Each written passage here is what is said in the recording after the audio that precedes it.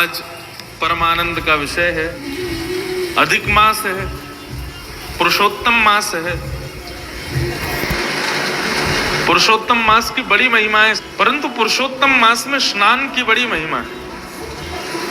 तीर्थों में किए गए स्नान, समुद्रगामी नदियों में किया गया स्नान, इस सब का बड़ा महत्व है।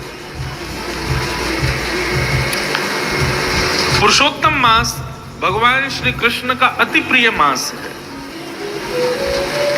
श्रीमन नारायण ही मानो पुरुषोत्तम मास में वायु, सूर्य का प्रकाश, रात्रि की चंद्रमा, सब कुछ जो कुछ भी है जिससे भी हम जीवित हैं, ये पंचभूत भी, पृथ्वी, जल, तेज, वायु, आकाश, सब कुछ नारायण में हो जाता है। अभी जो आप श्वास भी ले रहे हैं ना, उसमें भी श्रीमन नारायण ही आपके भीतर प्रवेश कर रहे हैं। इतना पवित्रतम ये मास है, अति प्रिय। साल भर में जितने भी श्रेष्ठ दिन होते हैं, चाहे जन्माष्टमी हो, चाहे राधाष्टमी हो, चाहे रामनवमी हो, हनुमान जयंती हो, नवरात्रि के दिन हो, कार्तिक मास हो, जितने भी साल भर के श्रेष्ठ दिनों में पुण्य प्राप्त होते हैं, वो सारे पुण्य पुरुषोत्तम मास के प्रति क्षण में प्राप्त होते हैं, हर सेकंड में। ऐसा है पुरुषोत्तम मास। हमसे भूल चूक में, जाने अनजाने में जो भी अपराध हमसे बन जाते हैं, पुरुषोत्तम मास के हर क्षण में भगवत दर्शन, भागवत दर्शन, तीर्थों का दर्शन, संत वैष्णवों का दर्शन उन समस्त पापों को नष्ट कर देता है। बहुत ध्यानपूर्वक सुनिएगा और सब लोग एक निष्ठ होकर के बैठिए, बिल्कुल एक एक शब्द सुनिए। जो भी अपराध हमसे बन जाते हैं, चाहे जाने में चाहे अनजाने में, ठाकुर जी हमको 4 वर्ष में एक बार पुरुषोत्तम मास में अवसर देते हैं कि उस भूल को ठीक कर लो। आपसे जो भी अपराध हुआ उससे निवृत्त होने का प्रयास कर लीजिए, मैं आपको अवसर दे रहा हूं। तो ये अवसर है, इसको गवाइएगा मत। आज हमारी बात मान के कथा पूर्ण होने के बाद में अपने अपने कक्ष में जाइएगा और एक कागज पेन लेके सारी लिस्ट बनाइएगा। हमने कितने अपराध हमसे हो चुके हैं जो हमको पता है, या फिर हम क्या क्या अपराध रोज ही करते हैं, कौन कौन से अवगुण हमारे भीतर विराजमान हैं, इन सब चीजों की लिस्ट बनाइएगा और सबको एक बार अवलोकन करके 7 दिन तक नित्य उनका दर्शन कीजिएगा। ये मेरे अपराध हैं, ये हमारे अवगुण हैं, हे गंगा मैया कृपा करो, हे भागवत जी आप कृपा करो, हे पर्वतराज हिमालय, हे बद्री केदारनाथ भगवान आप कृपा करके हमको परम पवित्र करो। हम संकल्प लेते हैं आज के बाद ऐसा नहीं करेंगे। और 7 दिन बाद अपने अवगुणों की वो पर्ची, उस पर पुष्प आदि लग करके, तिलक आदि लगा करके बढ़िया उसको गंगा जी में प्रवाहित कर देना। लेकिन संकल्प के साथ गंगा मैया को वचन देना कि आज के बाद नहीं करेंगे, आप इस बार हमको पवित्र कर दो। बस आप अपनी पर्ची उसको प्रवाहित कर देना, गंगा मैया आपको परम पवित्र कर देंगे। ये पुरुषोत्तम मास आपको नारायणमय बना देगा। इसलिए इस अवसर को चूकिएगा नहीं, जितना हो सके इस अवसर का लाभ लीजिए। इन 7 दिनों तक नियम बनाइए। वैसे तो कहते हैं कि पुरुषोत्तम मास के, कई लोग पूछते महाराज जी नियम क्या है? एकादशी का जो नियम होता है ना, वो पूरे मास भर का नियम है। ये सबसे श्रेष्ठ नियम है। और यदि आप पूछें और कोई नियम बताइए, तो देखिए पुरुषोत्तम मास में सबसे श्रेष्ठ नियम है भागवत दर्शन। भागवत दर्शन का मतलब क्या होता है? भागवत का मतलब केवल पोथी नहीं, भागवत का मतलब भगवान के जो हैं उनका दर्शन। साल भर भगवान के दर्शन का महत्व है, लेकिन पुरुषोत्तम मास में भगवान के संत, भगवान के वैष्णवजन, भगवान के विप्रजन, संत वृंद आदि, इन सबके दर्शन का महत्व है। इसलिए भैया चूकिएगा मत। ब्राह्मणों को प्रणाम करो, संत जनों को प्रणाम करो, जो भी वैष्णव तिलक में दिखाई दे उसको प्रणाम करो। वैष्णव दर्शन का फल है। हमारे गुरुदेव एक छोटी सी कथा सुना रहे थे पुरुषोत्तम मास की, कि नारायण भगवान से नारद जी ने जाकर के पूछा, महाराज इस पुरुषोत्तम मास के भाव का फल क्या है और इस पुरुषोत्तम मास में विशेषता क्या है?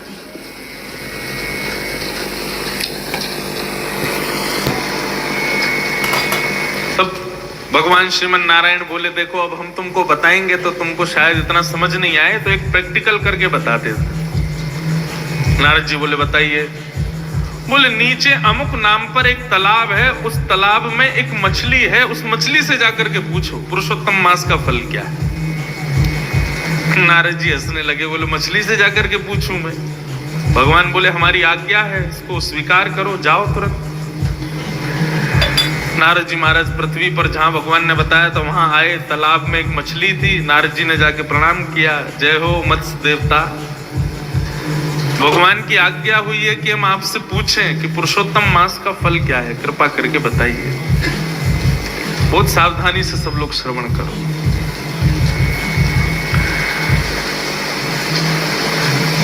मछली बोली, जय हो नारद जी, आपके दर्शन हो गए, हम तो कृतार्थ हो गए।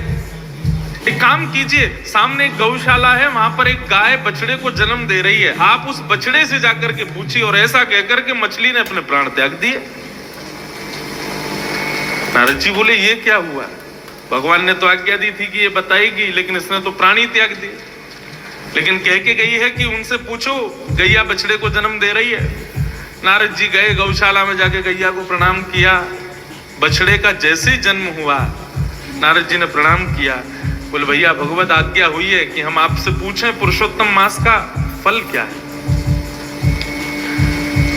बछड़ा भी प्रसन्न हो गया, जय हो, मेरे कितने सौभाग्य कि जन्म लेते ही नारद जी के दर्शन हो रहे हैं। हे नारद जी, वो सामने वृक्ष है ना, उस वृक्ष पर एक सुख तोता, उसके बालक का जन्म हुआ है, आप जाकर के उस बालक से पूछिए। और ऐसा कहकर के उस वत्स ने भी प्राण त्याग दिए।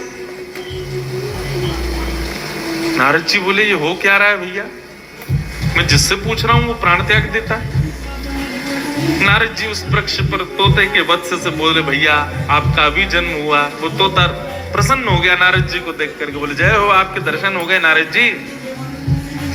नारद जी बोले, भैया पुरुषोत्तम मास के फल क्या है, पुरुषोत्तम मास की योग्यता क्या है, जरा बताइए। सुख पक्षी के उस छोटे से बालक ने कहा, जय हो नारद जी, आपके दर्शन हुए, मैं कृतार्थ हो गया। अभी अभी ना इस नगर के राजा के पुत्र ने जन्म लिया है, आप जाकर के राजा के यहाँ उस पुत्र से पूछिए। और ऐसा कहकर के वो सुख पक्षी का बालक भी मर गया। नारद जी तो घबरा गए, बोले मैं जिससे पूछता हूं वो प्राण त्याग देता। मछली के बालक ने त्याग दिया, गैया के बालक ने त्याग दिया, अब इस सुख के बालक ने भी। कहीं ऐसा नहीं हो मैं राजा से पूछने जाऊं उसका बालक भी प्राण त्याग दे। मैं जहां जा रहा हूं भैया, कहीं यही तो पुरुषोत्तम मास का फल नहीं है। नारद जी बड़े घबरा गए, लेकिन क्या करें, जानना तो है, भगवान की आज्ञा है।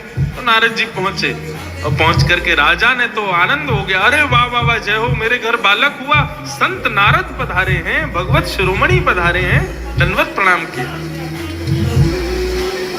बोले महाराज भगवान की आज्ञा हुई है, पुरुषोत्तम मास का फल जान करके आओ, महिमा पूछ करके आओ।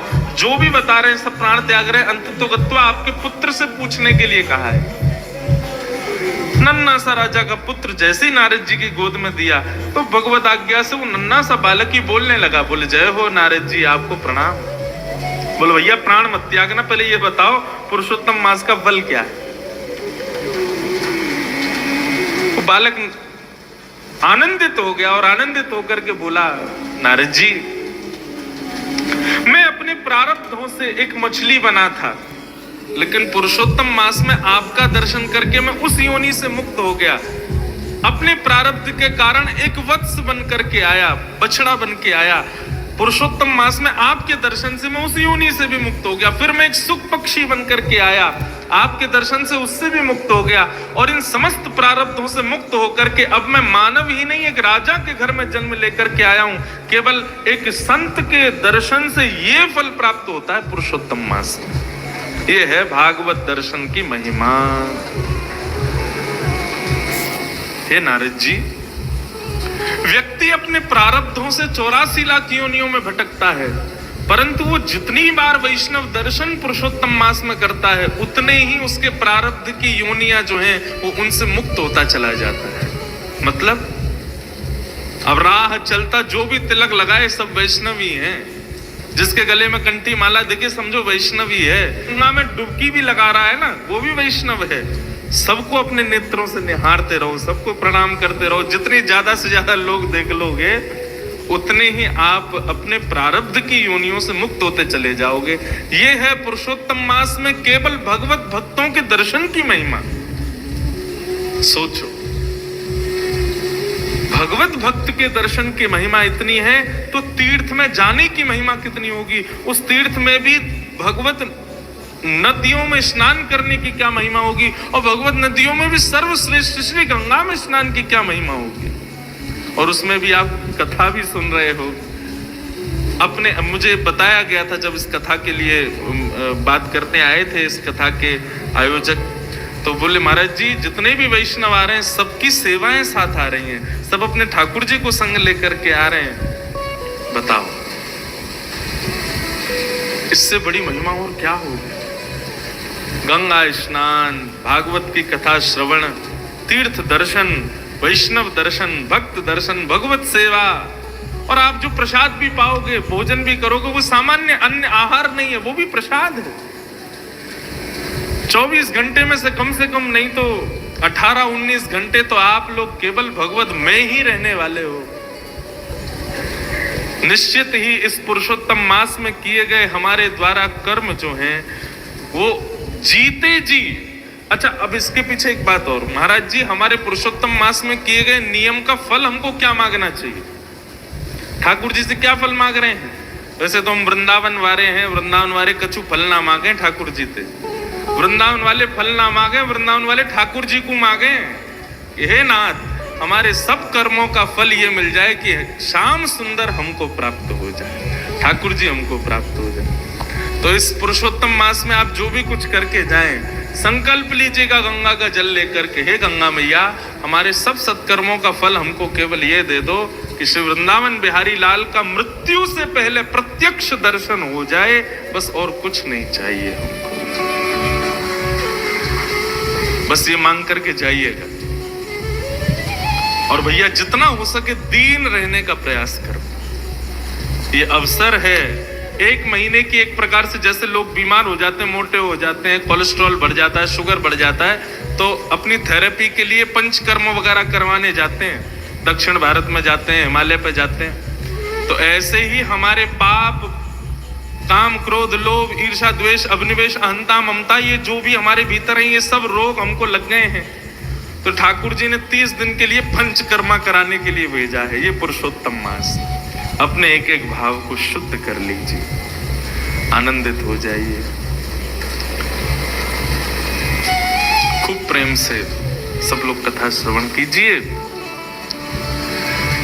कृष्णं नारायणं वंदे, कृष्णं वंदे व्रजप्रियं, कृष्णं द्वैपायनं वंदे, कृष्णं वंदे प्रथासुतं।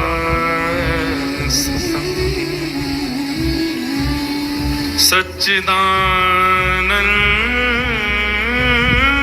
रूपाय विश्वो